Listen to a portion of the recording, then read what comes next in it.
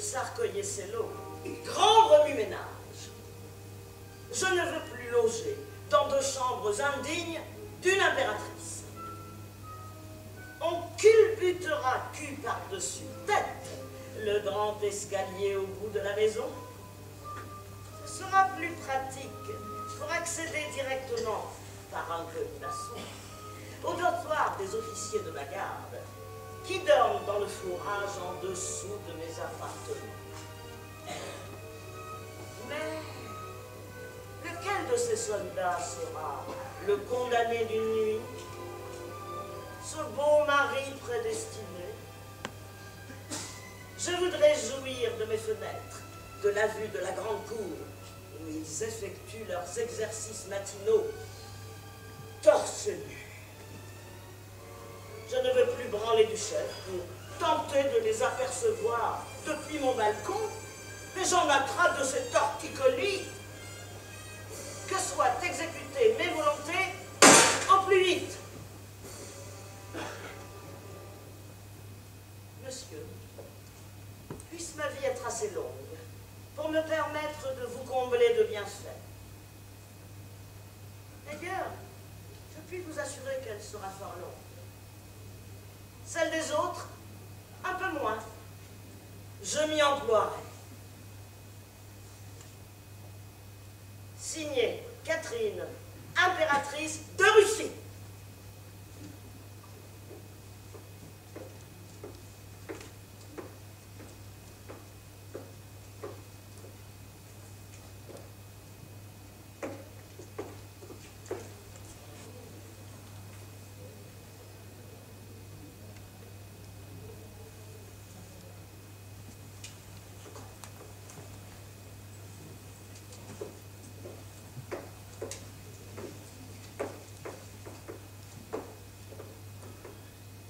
Voltaire me dédie son ouvrage. Alain? Si votre devise est une abeille, vous avez une terrible ruche où pullulent bourdons et frelons, apparemment munis de dards redoutables. Je suis plus vieux, madame, que la ville où vous régnez et que vous embellissez. J'ose même ajouter que je suis plus vieux que votre empire. Cependant, je sens que je prendrai la liberté d'aller faire ma cour à cette étonnante abeille qui gouverne une si vaste ruche. Si une maladie qui m'accable me permettait à moi, pauvre bourdon épuisé, de sortir de ma cellule. Voltaire.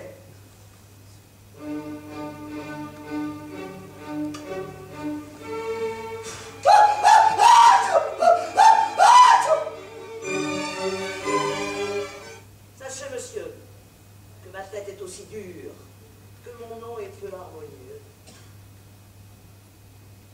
Je me renferme donc dans ma grande ruche. Ma beauté sans seconde me fait appeler la perle, unique au monde. Il me faut donc enfiler. On ne saurait faire différents métiers à la fois. Comtesse,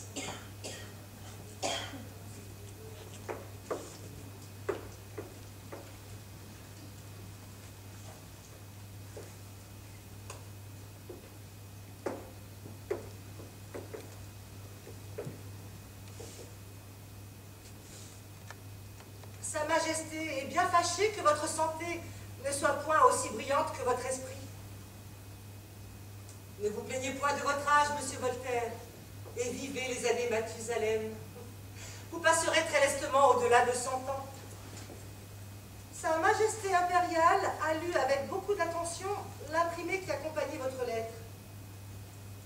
Vous combattez les ennemis des hommes, le fanatisme, la religion, l'ignorance, la chicane, les mauvais juges. Il faut bien des vertus et des qualités pour surmonter ces obstacles. liberté, âme de toute chose. Sans vous, tout est mort. Les moujiks ne sont que les locataires de leur corps, mais point d'esclaves au royaume de Catherine. Mais enfin, votre Majesté impériale n'a pas plusieurs mains droites.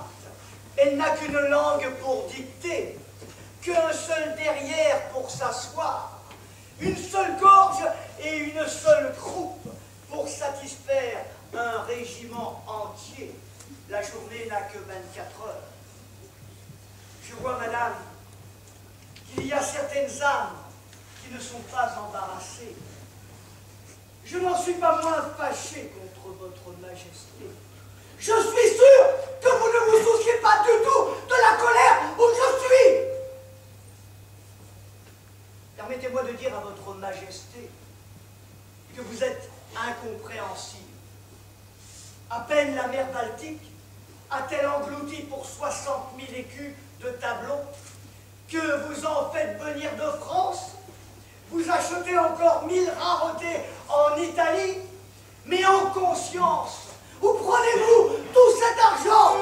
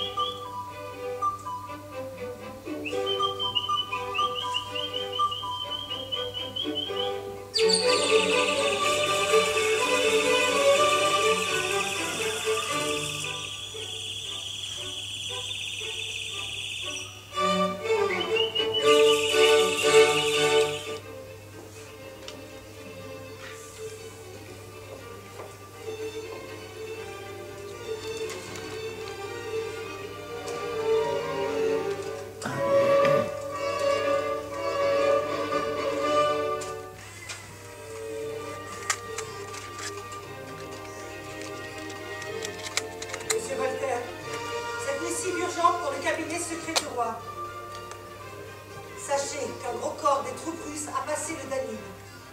Ceux qui souhaitaient des revers à Sa Majesté impériale seront bien confondus.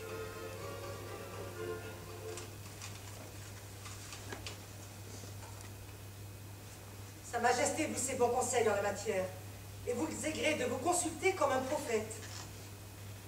Bien que de tout temps, les prophètes aient été les fous les plus dangereux de la terre. Vous radotez peut-être, mais vous dites au moins ce que vous pensez. Comtesse russe. J'ai l'honneur de dépêcher à votre Majesté impériale, à l'adresse du sieur le maître à Hambourg, un assez gros ballot marqué IDR numéro 1. Comme vous m'en donnez l'ordre, imaginez que nous nous rencontrons afin que je vous distille mes conseils. D'un côté, en dépit du nonce du pape, vous paraissez avoir affaire aux musulmans. S'ils vous font la guerre, madame, il n'y aura rien de si grossier que de porter les armes contre vous. Cela est contre toutes les lois de la chevalerie. Ces barbares méritent d'être punis par une héroïne, du peu d'attention qu'ils ont eu jusqu'ici pour les dames.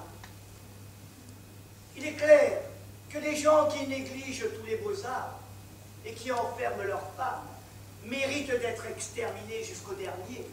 C'est ma philosophie. Empalez-les! Bravo. Espérez que, de mon génie et de ma destinée, j'ose même dire de ma tolérance, ce Mustapha-là ne doit pas tenir contre Catherine. De plus, on dit que ce sultan n'a point d'esprit, qu'il n'a jamais été à la comédie et qu'il n'entend point le français. Il sera battu, sur ma parole. Je demande la permission à votre Majesté impériale de venir me mettre à ses pieds dès qu'elle sera établie à Constantinople. Car je pense sérieusement que si jamais les Turcs doivent être chassés de l'Europe, ce sera par les Russes.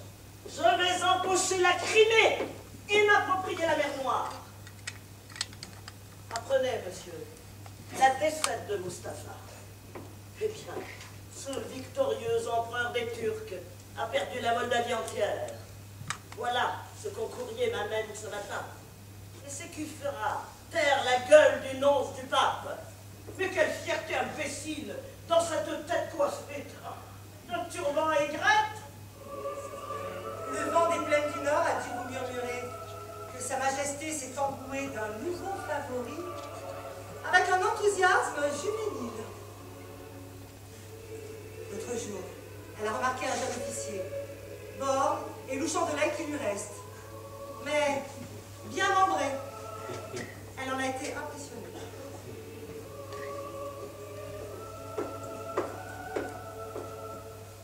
Elle a fait mettre au courant des affaires du Sénat et l'a décoré du grade de général-major. Potemkin est un jeune homme de 28 ans. Beau, un peu inquiétant sans doute.